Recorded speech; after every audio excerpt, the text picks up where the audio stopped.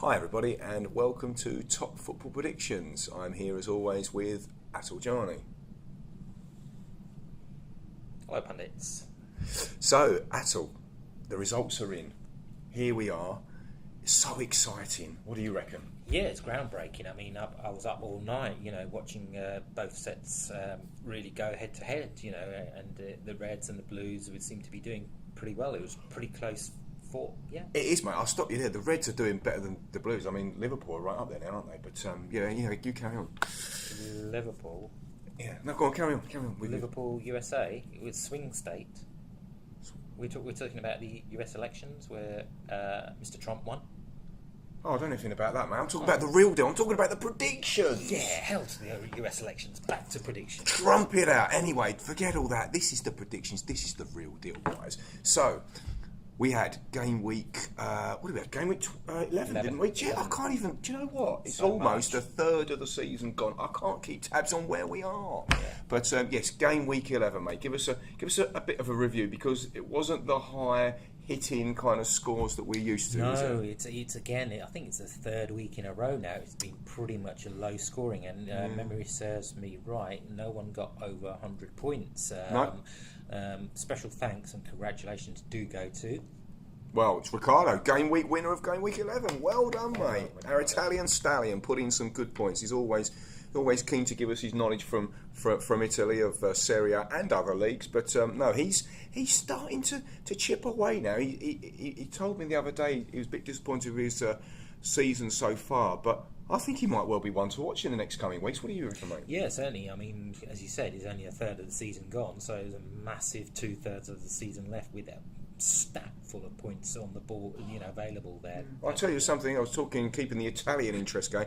Alessandro, especially on the non-cash table, he's starting to move up a little bit each time, and his predictions this season, he put some really good 30-point games on the board, isn't he? Oh yeah, he has, and there's a lot of thought behind it. We talked about this last week. At the end of the day, we did say he's a serious contender, know, but there is a few other serious contenders as well. We've noticed that Rapendra has been moving up the table slowly but surely with decent predictions.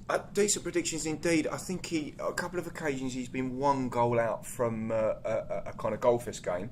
I think if you take a snapshot back for a couple of weeks ago, mate, I think you were telling me in Predictions Towers there was he was around about 8th or 9th in the non-cash table. He's moved himself right up on that table to 5th, and he's going in the right direction. Yeah, I mean, and the only way is up at the end of the day. So well done to him as well. The only way was Essex, mate. Anyway, he's Trump now. But yes, and you're still up there as well, and Charlie's there. Week for myself, but I think the saving grace was that quite a lot of people didn't score that high as well. So he keeps the whole table in real perspective, in the sense it's very close knit and a close fought contest as well. So no one's really, if you look at the table, pundits, whether it's Dash for Cash or whether it's just the predictions table itself, no one's really run away with it, Right. Well, I've made a bolt for it up at the top of the non-cash table with 670 points. Yes, indeed. Well done. So get in there. I just wish bonus points weren't in it because I'm doing well on that table. But I have also crept up with Manager of the Month award the other week. I've kind of up to 4th now, so I'm doing all right there. Mads is in the cash. He's in 3rd spot on 740 points, and he's only 55 points away from Charlie at the top, and I've been pretty impressed with his predictions too, mate. Yeah. I mean, he has been threatening, and if you look at it, after a very slow start to the season, he has started to pick up pace, and a lot of thought behind those predictions as well. And good luck to everyone. In fact, not just Mads.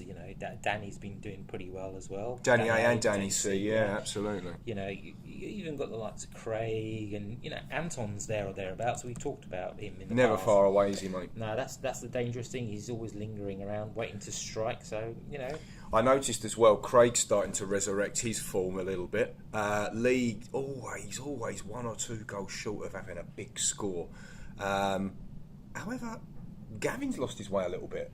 Now with Gavin, he seemed to get up there in the early days, but especially last season. But at the moment, he's going a little bit south, isn't he? Yeah, he is. But you know what? He's still in touching distance. So the good thing about it this season is, no one's really far off from the top. You just got to have a good week, like Mark's been having a good week or so for the last couple of weeks now. And you start chipping away. I say the same thing for Mario as well. He may be propping up the table. Listen, mate, that's not the end of the world. You get a couple of good game weeks, a couple of good 100 scoring plus points. You're in there, and you've still got to play joker cards. So pundits, there's joker cards still to play. I don't think there's a lot of people who played them. So in all honesty, let's just take a top level view. There's 3 joker cards per person per season. And from memory, Danny Atware's the only person that's tried a joker card this season. And respect to Danny, I think even he agreed it wasn't the best performance. 15 points turned into 30. So I know from. If I take a snapshot of last season, I think you absolutely monstered it, didn't you? You got about 380 points on one of the game weeks with a joker. So that's just what can happen. I mean, Mario plays a joker card next week and scores over 300 points. He's straight back up there, isn't he? Really, right in the business. But no, I mean, you've been saying it. I've been vindicating. There's all to play for, and everything can change. I've had a bit of a 3-week kind of form run, and it's took me right up to almost the dizzy heights of the cash. But anybody can do it. You just got to get lucky on the results and really have a look at it. Now, I don't know what you're going to do for the next week or so, mate. I'm probably going to go fishing or kind of do some ironing of shirts and go on holiday or something just to pass the boardom that is, as we know, international break. Well, I'll be doing pruning my roses and loves pruning his roses. It's very therapeutic, and I might trek the Himalayas or something like that. If you get time, yeah, I'll try and do that on Friday. But we come back at 12:30 on Saturday the 19th. Boom! With a Super 6 game up at Old Trafford. It's Man U versus Arsenal, mate, in game week 12. And not only that, before you give me your summary of that, we've got the next round of the Predictions Cup. Everything's going on in game week 12, mate.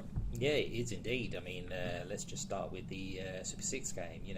You've got Jose Mourinho and Wenger renewing their love for each other, in inverted commas. Pretty interesting one. United will be without the Zlat man.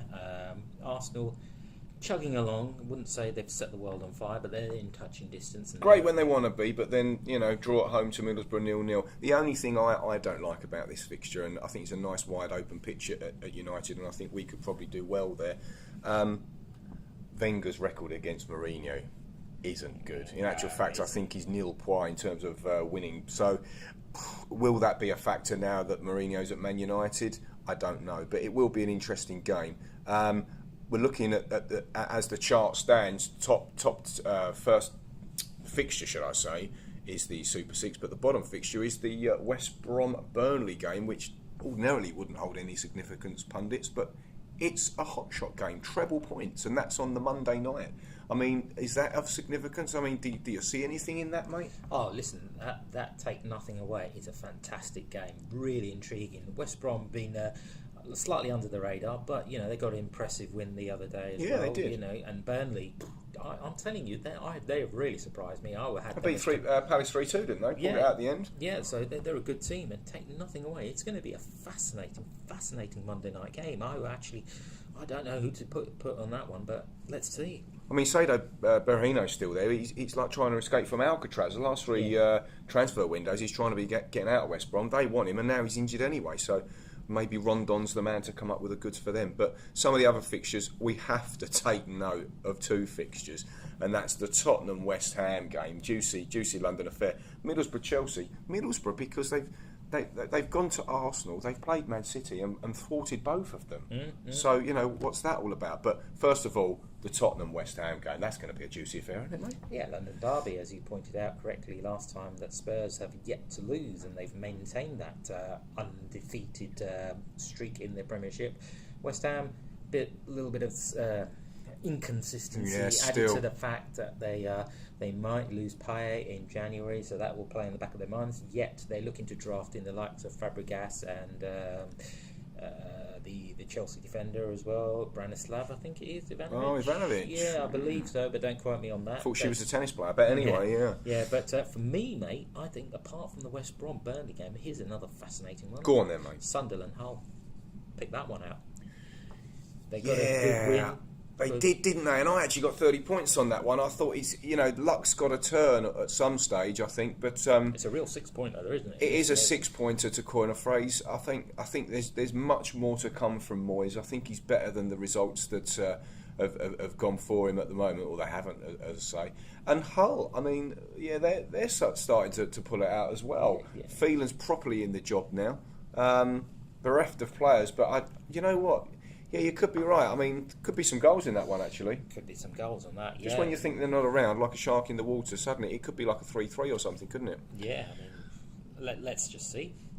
Cup, very, very quickly, mate. It's the two big dons. It's you versus me in the cup. It's the cup game 3 of the Predictions Cup. That's going to be massive as well, mate. Heavyweight clash. A real heavyweight clash. Forget Arsenal, Man United. Forget Trump, Clinton. You've got Johnny and House. Absolutely. You've going got head to head, loggerhead. You've got Mads and Gavin going head to head as well. You've got Ricardo and Anton, which I am very much looking forward to that one. That's a juicy tie. I know. Pendra and Danny C. That's going to be big. But I'm also quite interested. Craig and Daniel. And I'm not talking Daniel Craig, the Bond guy. I'm talking Craig versus Daniel. I think that could be a little tasty affair because Daniel's well underperformed this season so far. He's better than he's a bit like David Moyes. He's better than results suggest. And Craig's just starting to pick some form up, as I said earlier on. So.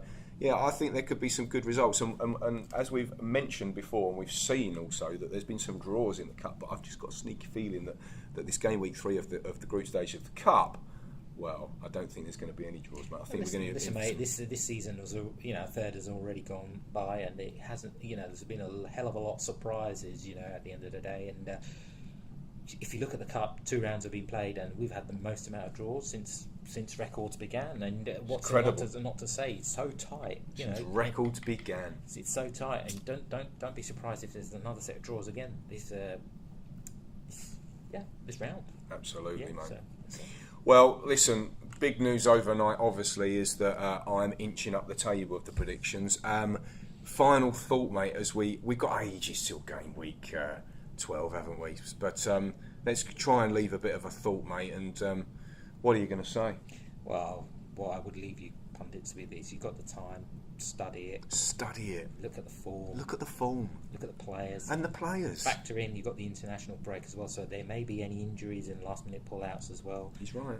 Also, pay attention with the proposed any cup games and also any European Championship games. So it doesn't matter where you are in the league, you could really bolster yourself up. And as we found out overnight, nothing is a God-given at the end of the day. No. So you've still got to be in it to win it. I walked in and someone nicked me pen. So who knows? Nothing's a God-given. And don't forget, I'm a Celebrity starts this weekend, and that's worth waiting for in itself, mate, isn't it? But be safe, take it easy, do the studying, and get your predictions in nice and early.